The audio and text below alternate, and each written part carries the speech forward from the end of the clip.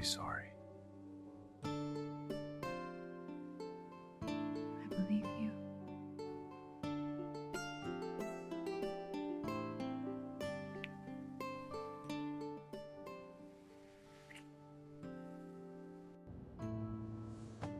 I need to get myself together.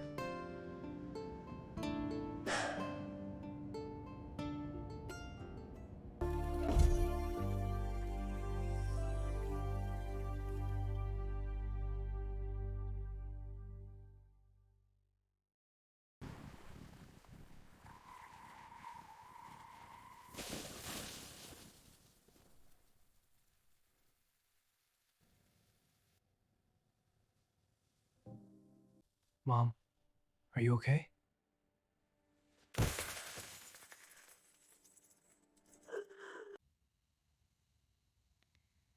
Hello, it's late. Are you okay? Yes, I am sorry. I didn't realize how late it was. No, I'm awake now. I'm glad you called. I missed you. Spring break is boring. Okay. Tell me what you've been doing. What? Like you want the whole list? How long do we have? As long as you want. Okay. You better not fall asleep on me this time. In the present, the next morning felt strangely normal. Perhaps too normal. The office was unusually quiet when Renee arrived. Minho wasn't there. Several nurses moved around the hallways. Phones rang occasionally. Mrs. Kim was already busy arguing with someone from accounting. Everything appeared exactly as it should. Yet Renee found herself glancing toward the entrance from her office every few minutes. She immediately stopped herself. Ridiculous. What am I doing? She had come to work, not wait for Minho. That thought alone made her shake her head. Over the next hour, she made a point to focus on her office. For the first time, it was beginning to resemble an actual workspace instead of a storage closet. A small plant occupied one corner. A framed photograph of her parents sat near a computer. She made little touches, nothing dramatic, just enough to make the room feel like hers. She had finished organizing a stack of old outreach reports when she finally heard him come in through the hallway. 안녕하세요. Good morning, Dr. Sung. Renee froze mid-sentence before she chimed along and sat back down. For some reason she couldn't explain. Her stomach fluttered. Was she nervous? Was it the first day on the job? She dismissed the thought, trying to think logically. But if she was being honest with herself, there was a comfort in knowing that he was there in her life again, and that he could be there for her again, even though things were different now. She understood that there were rules, unspoken rules, but rules nonetheless. His presence still made her feel at ease. Was it wrong to be happy about it? Before, she thought of him often. She called him whenever something important happened, or when she was happy, or when she was worried. Now she didn't know how she should act. Was that normal? He wasn't a classmate. He wasn't an old friend she occasionally bumped into. Now he was her employer. It's supposed to be professional, friendly, respectful. That's how she should behave, right? The fact that she was even questioning her position spoke volumes about how much their connection had completely transformed over the years. That's life, right? She had to get used to it, she thought to herself. Her fingers tapped against the desk. Then, she made a decision. Lunch. She would offer to buy him lunch. There was nothing strange about that, right? Friends bought lunch. Co-workers bought lunch. Adults bought lunch. Simple. Normal. Reasonable. Decision made. She pushed herself to her feet and headed towards the door. But the moment she was getting ready to open it, she nearly jumped. Minho stood directly outside already. Oh, you startled me. Clearly. Everything okay? Oh, it's great. Good. Actually, I came to see if you had any lunch plans. You were? Yeah, I thought we could just have a simple lunch this time. That's weird. What is? I was actually just coming to ask you the same thing. Well, I guess that settles it. The exchange was awkward, to say the least, but the morning passed quickly and quietly. Far quicker than she expected. She organized grant records, separated investors from corporate sponsors, updated contact information, created spreadsheets, built timelines. The work absorbed her completely, at least until one familiar face appeared in the doorway again. "Ready?" he said, standing in the doorway. "Oh, it's already noon? Now will be perfect. I got a few consultations later." Renee grabbed her things, and within moments they were heading toward the front foyer together. The moment they reached the reception, however, both stopped. Mr. Sung stood near the entrance, and beside him stood the woman from the dinner, Lu Soon. The beautiful woman, the one from the foyer the other day, the one Renee had pretended not to notice. And for a brief moment no one spoke. Then Minho gathered himself and greeted his father. Father, Minho, I came to take you to lunch. The statement sounded innocent, but it wasn't, not even slightly. And Lu Soon, standing beside him, smiled politely. "Oh, hello again." Minho blinked, clearly caught off guard. Renee immediately understood exactly what was happening and just as quickly stepped back. "Oh, it's fine. The meeting can wait until later. The extra time will give me a chance to organize my notes." Of course, Minho was apprehensive in her measures to clean up the situation. Renee. No, really. Have a good day, Dr. Sung.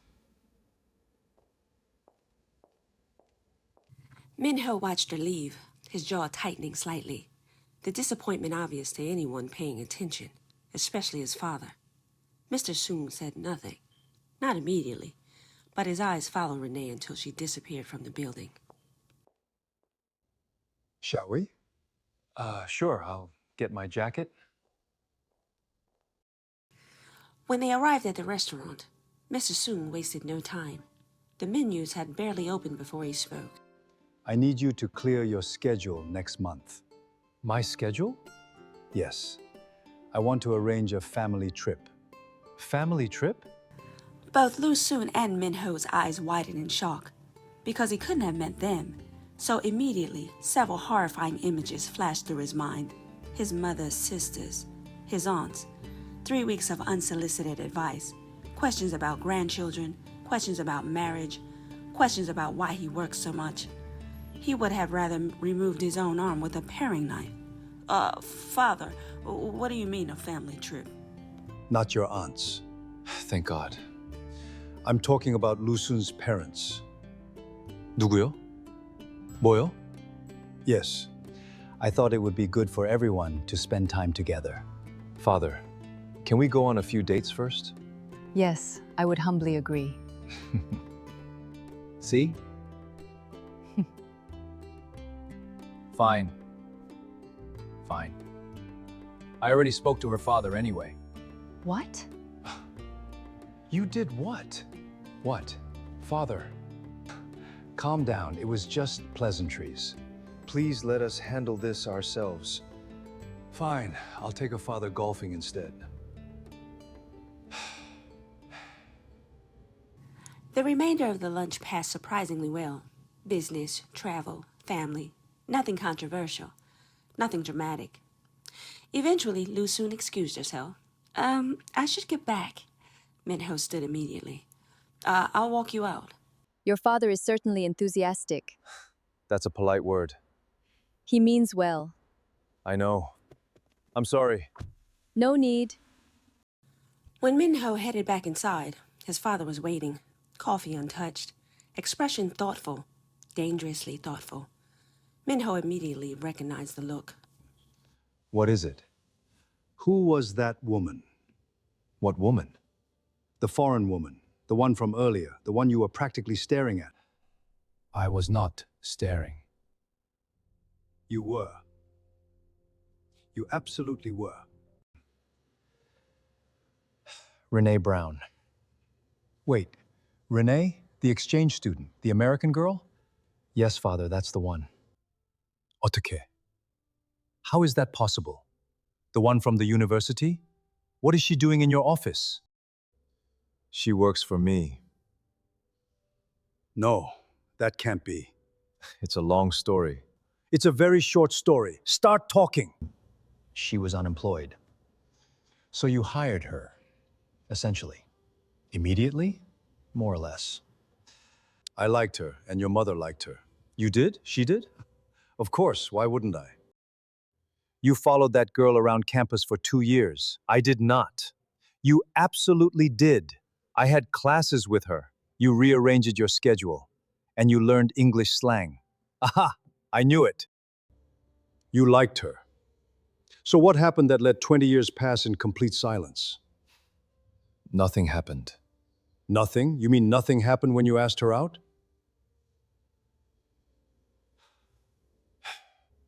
You did ask her out, right? Oh my God. Oh my God. You never told her. You are kidding. I was busy. You were a coward. Father. You were absolutely a coward. Unbelievable. Does she know? Is she married? No. But she has someone. Don't cross the line. Lusun is perfect. I found a perfect woman for you. Father. No, listen. She's intelligent, successful, kind. Her family is respectable. And most importantly, she wants you now. You are 43 years old. I know. No, I don't think you do. You are not 22 anymore. You don't have unlimited time. You need to be thinking about your future. Yours or mine? What if I don't want to get married? You do. How do you know? Because you're lonely. I think you believe that I can't see it, but I do. Forget about her. Father. She has someone. Are you going to beg her to take you? You had every opportunity. You studied, spent time together. You had years. You didn't do anything. So leave it alone. It's just that we were friends, and I missed that too. You are a renowned surgeon. Grow up. You are not going to amusement parks. That life is over. And the more time you spend around a woman that looks like that, the more dangerous it becomes. To be honest, if she wanted you, she would have given you clearer signs, so you could make your move, but she didn't. So maybe you are exactly what you've always been, friends, and now, temporary coworkers. Actually, Looking back through the glass, his son remained exactly where he had left him. Still sitting there, still staring at nothing, still carrying the same expression Mr. Soong had seen years ago, whenever Renee Brown's name had came up. Damn it, he thought to himself. Because for the first time he realized something troubling. He had thought it was just a simple case of she had rejected him and they grew apart. But his son had never forgotten her, not even close. And if that were true, then things were about to become much more complicated than he had hoped. The older man turned away, leaving Minho alone with the memories he had spent 20 years trying to help him bury. Hanuel, you were right. As usual, I should have listened. 20 years ago, the military bus idled outside the training facility. Young men stood by saying their final goodbyes. Parents hugged their sons. Friends exchanged promises. The atmosphere felt strangely heavy. Minho shifted his duffel bag when his phone finally vibrated. Hey, Have you left yet? almost. I still think 2 years is ridiculous. I don't make the rules. No, but you definitely change them if you could. Absolutely. I should go. Okay. I'll call you when I get settled and let you know where you can send the letters if you still want to write me. Promise? I promise. Probably a week. Okay. Minho slipped his phone into his pocket, completely unaware that it would be the last conversation that they would have for 20 years. The bus disappeared down the road, and just like that, Minho was gone. Welcome to the best days of your life! Place your phones in the box! You will not need them! We are your family now! Phone off! Focus on! Get used to it!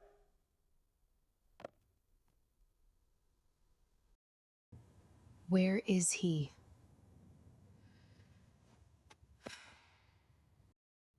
Hello? Mrs. Sung? Hello, Renee. Have you heard from Minho? No, You have not heard yet? no, we have not heard. Renee, Yes, sir. if Minho wants contact, he will contact you. What? He needs to focus on his training. I understand, but Let him focus. I don't agree. I think you should have told her where to contact him. You know she likes him. At least tell him she called. No. If she cares that much, she will wait. And if she doesn't? She didn't write me. I called her as soon as I got back. But her phone was not working. Did she call? Did she leave word?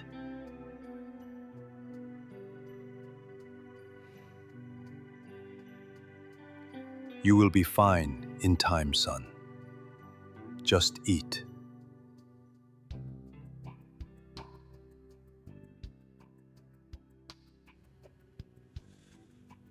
What happened to you? What happened to you?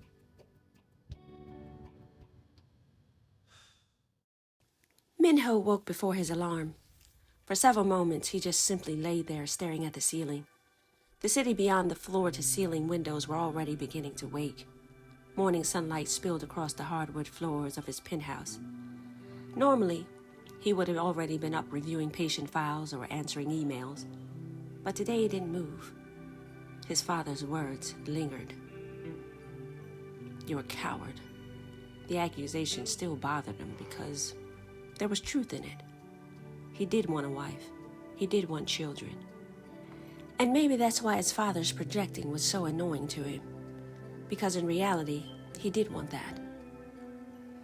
The problem wasn't that he had avoided those things. The problem was that 20 years ago, there was only one person he had ever pictured standing beside him. Renee. A bitter laugh escaped him. His father was right. He should have told her. At least, then he would have known. Instead, he had wasted the years convincing himself that preserving the friendship was more important than risking rejection. What a joke, he thought to himself. In the end, he lost both. The friendship disappeared anyway. The calls stopped, the messages stopped, and then she disappeared entirely. It had taken him years to stop reaching for his phone whenever something happened he wanted to tell her. Years to stop wondering what she would say or what she would think about a joke, a movie, a restaurant, a promotion. Years to stop looking for someone who was no longer there. What surprised him the most wasn't how much he missed Renee. It was about how much he missed himself. The version of himself that existed around her. The relaxed version. The one who laughed more. The one who didn't consume his every thought with work, surgeries, investors, acquisitions, or quarterly reports. The one who believed that life was still waiting to begin. He liked that version of himself. The one that wasn't afraid of the complexities of life. The explorer. The one that dared himself. That version felt alive. Now, he was successful, respected, disciplined, structured, practical. A man who planned everything, controlled everything, and rarely felt anything. And somehow that version felt older than 43. His chest tightened. The familiar anxiety began creeping in again. The same feeling that appeared whenever he allowed himself to think about Renee for too long. The same suffocating feeling that he had felt yesterday. Just tell her, he thought to himself. Just tell her the truth. Tell her what happened. Tell her how he felt. His jaw tightened. No. Because she had someone. Because his father was right. Because sometimes opportunities expire. Maybe Renee had been one of them. Maybe she had always been one of them. His thoughts were broken when the phone vibrated. Due soon, a text message appeared across his screen. "We should probably go on a date before your father takes over our lives." A smile appeared despite himself. For the first time that morning, the pressure had eased in his chest. Maybe this was the answer. Maybe the solution wasn't chasing 20-year-old memories. Maybe it was moving forward. He texts back. "Tonight?" The sooner the better, he thought to himself. He made up in his mind that he was going to give Lu-soon a real chance. No comparisons, no excuses, no looking back. If it worked, it worked. If it didn't, it didn't. And if the future waiting for him was Lu-soon, then perhaps it was time for him to stop fighting it. When Minho arrived at work that morning, there was no more time to think about Renee. No time to think about Lu-soon or his father. His schedule was packed from start to finish. There were only the patients, only precision, only the work. And for the first time in days, he welcomed it. He needed it. Back at the office, Renee was having a different kind of morning. By 10:30, she was already grinning and standing at Mrs. Kim's desk. A hospital in London had responded.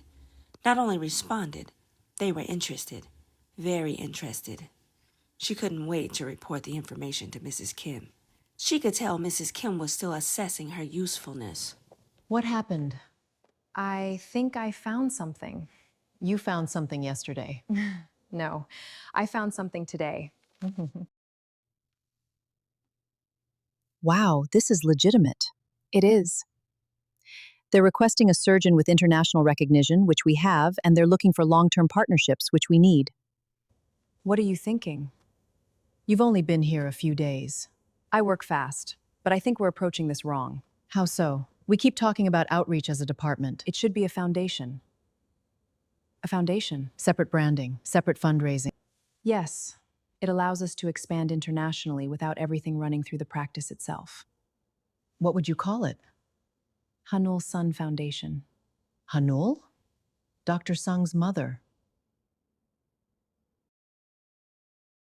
You know about his mother?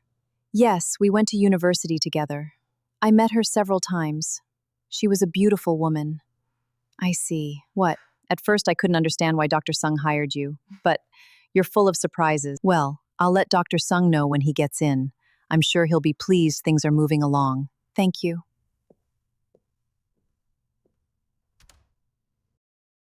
By the time Minho returned to the office, the day had finally begun slowing down. The last surgery had gone well. His consultations were all finished. The mountain of paperwork waiting on his desk was another matter entirely.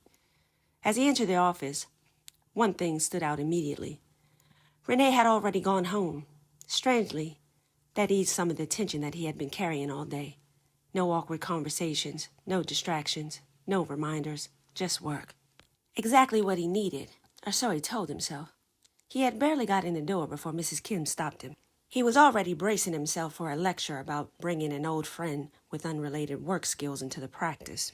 And then she spoke.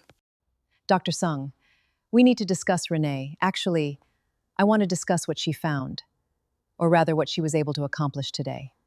What did she find now? Mrs. Kim spent the next several minutes walking him through the proposal, the London hospital, the partnership opportunity, the outreach expansion, the international visibility, the potential impact. Minho listened carefully. By the time she finished, he was already impressed. And then she reached the final page. That's when she saw his posture change to slightly uncomfortable. Oh, there's one more thing. What is it? Renee believes the outreach program should become a standalone foundation. A foundation? Yes, separate branding, separate fundraising, separate partnerships. What is this? She already suggested a name. What name? Hanul Sun Foundation. The what? My handwriting. Oh, sorry, Dr. Sung. Hanul Sung Foundation, named after your mother. The name gives the organization a story, a purpose, a face. It reminds people why the work matters. Do you think we're ready? I think we've been ready. Move forward. I'll begin preparations. Oh, she's also recommending we send her to London. In person? There. A moment later, she disappeared into the hallway. The office became quiet again. Minho remained seated, staring at nothing. Hanul's Sun of Foundation. His mother's name. Of all the names she could have chosen, that was the one she selected. A small laugh escaped him. She had done it again, without even trying, without even knowing. He rubbed his face and immediately pushed the thought away. Don't, he says to himself. The word came out quietly, but firmly, almost like a warning. He stood. He was going to make every effort to try to shake her from his mind. He grabbed his coat and headed for the door. Lu Soon was waiting. Have you decided yet? What? You're a professional dater. I am absolutely not. Oh, really? Then explain how you know about a place this private. You came here on a date before. No, You did. I didn't. You absolutely did. I came here alone. Alone? Yes, Who goes to restaurants like this alone? I do. I heard about it. From who? I don't remember. Your father was right. About what? You're a workaholic. I enjoy my work. So, what have you been working on lately? A foundation. A foundation? It wasn't supposed to happen. They never are. I've been doing pro bono reconstruction work for years, cleft palate surgeries, mostly whenever the opportunity presented itself. And now? Now we're building something larger. So tell me about this foundation. The outreach program is expanding, international partnerships, fundraising, we're turning it into a full foundation. Wow. You are speaking a mile a minute. You seem really excited about your work. Go on. A foundation? I feel like that's becoming a theme with you. What is? You accidentally creating more work. That's fair. You know, when your father introduced us, I assumed you were at the point in life where people start slowing down. Slowing down? Just a little. I thought you might be too old to be starting entirely new endeavors. Too old? 43 isn't young. I'll let my surgeon's ego recover from that. Good, because I wasn't apologizing. All jokes aside, I think it's a wonderful idea. When it's established and everything is structured properly, I'd love to participate, whether that's funding, sponsorship, partnerships. You'd invest? Of course, just don't use the foundation as an excuse to work yourself into an early grave. There it is. What? The real concern. I just thought you were finally entering the stage of life where you build a family. Otherwise, work becomes your whole life. I'll figure it out. That's exactly what a workaholic would say. The evening carried on, but the statement lingered between them. Not a demand, not pressure, just observation, an expectation, one that suddenly felt very real. For the moment, Minho found himself entranced in thought. Because the truth was, 24 hours ago, he thought so too. Lu soon broke the silence. I've enjoyed tonight. I'm glad. I wasn't sure what to expect. Neither was I. The evening ended well, but his thoughts lingered. Next time, then. Call me later. Of course. The words felt casual. Call me later. And you would think the drive home would have left Minho feeling relieved. The date with Lu Soon had gone well, very well. She was intelligent, beautiful, warm, easy to talk to. Exactly the kind of woman his father would have spent years trying to find for him. Yet as he drove through the city, one part of the evening lingered in his mind. Don't use work as an excuse. The word surprised him, much more than he expected, because he hadn't intended to. At least he didn't think he had. Truthfully, he wasn't sure what that even looked like anymore. All he knew was that he wanted the foundation. That was for sure. That wasn't a bad thing, was it? The traffic light turned red. Minho rested one hand on the steering wheel and glanced toward the sidewalk. Then he froze. Renee. She stood outside the theater entrance, beautiful as always. Don't do it, he said to himself. Yet something about her expression immediately caught his attention. She looked worried. He couldn't help himself. Renee, Minho, you okay? I'm fine. What happened? Dale's running late. How late? About 30 minutes. 30? Get in. What? We're not standing out here for another 30 minutes. Oh, thank God. What? These heels are not made for standing around. I guess so. No worries, you're safe now. You seem distracted. Me? Yes, you. Did I overstep with the foundation? What? The foundation. I know it wasn't something you'd originally planned, but I really think it's important. I think naming it after your mother matters. And it gives people something real to connect to. It gives the organization a purpose beyond fundraising. I lost my mother a short time ago, and I've learned something. You want to hold on to those memories. You don't want them to fade, because eventually the place they occupied becomes empty, and the emptiness hurts. If you can take that grief and build something with it, it feels like they're still with you, in some small way. I understand completely. And no, you didn't overstep. I love the idea. In fact, I was heading back to the office to pick up the proposal to look it over.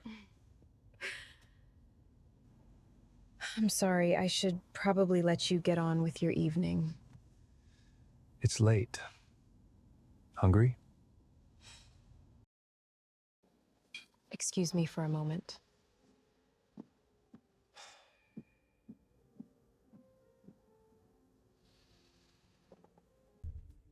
Hey, did you make it home yet? No, I had to stop by the office. Okay. I'll call you later when I get home.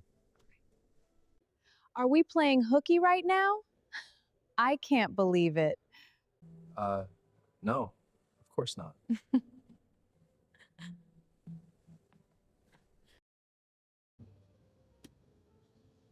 What are you doing?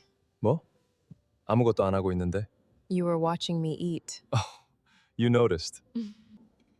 Because you're being weird. Also, you're not eating. I already ate. Oh? I was on a date. A date? Ah, the beautiful woman from earlier? Wow. What? When I saw you a couple days ago, you were telling me there was no wife. That's fast. We literally met the day after the work meeting. Ah, I see. Can I be honest? Please. I miss us. I know that sounds childish. It doesn't. I was so excited to see you again. And I think part of me expected everything to just, I wanted us to go right back to how things were. But I know we aren't 20 anymore. No. He listened intensely. And now, I don't even know how I'm supposed to act around you. The words, the vulnerability in her voice nearly broke him, because he felt the exact same way. Tell her, he said. Tell her, he said to himself, his chest tightening. No, he couldn't. Not like this. Not while she was with Dale. Not while she was sitting across from him, trusting him. Not while he still wasn't truly sure what she felt for him. Instead, he swallowed the truth, like he always had. He finally chose his words. I don't want to lose this friendship. I think we already have it. What? The friendship, I think we keep making it more complicated than it needs to be. So maybe we stop trying to define everything. Stop worrying about what other people expect. Stop worrying about rules. Maybe you're right. We should go. I don't need your new girlfriend hunting me down because I've been monopolizing your evening. I don't think she's hunting anyone yet. He had chosen the safe answer. The answer that kept her close. The answer that didn't risk losing her. The answer that guaranteed tomorrow. Because the alternative terrified him.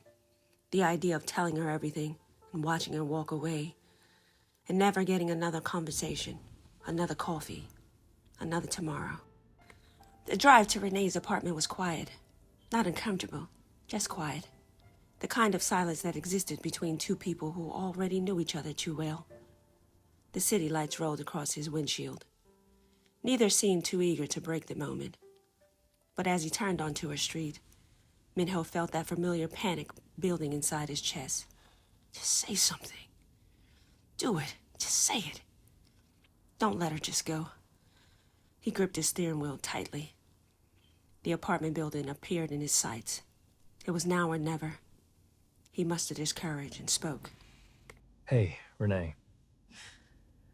I wanted to say I missed us too. The words landed softly. No drama, no confession, just truth. Not the truth, but a truth. A small smile appeared across Renee's face, the kind he hadn't seen in years. And when she reached across the center console and squeezed his hand, just once, warm, gentle, his heart broke. He was a coward. Minho sat there for a moment, watching her go. Then he got into his car and drove away. It didn't go as planned, but she missed him. And that gave him hope. And when he looked back in his rearview mirror, he saw Dale. He looked tired, frustrated, and in a hurry. And without even realizing it, Minho found himself watching, because something told him that the evening wasn't over yet. He watched as Dale walked toward her. Renee offered up a small wave. Nothing dramatic, nothing romantic, just a wave. She hadn't even caught Dale walking over to her yet. But Minho saw it in his rearview mirror.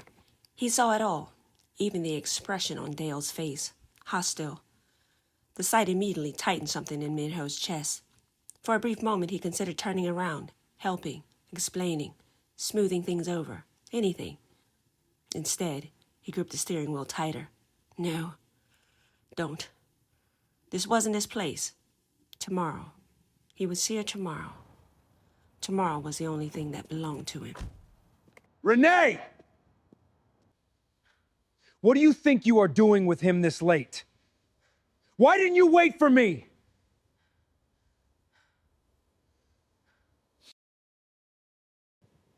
Hey, Renee. You need to get back here to the States.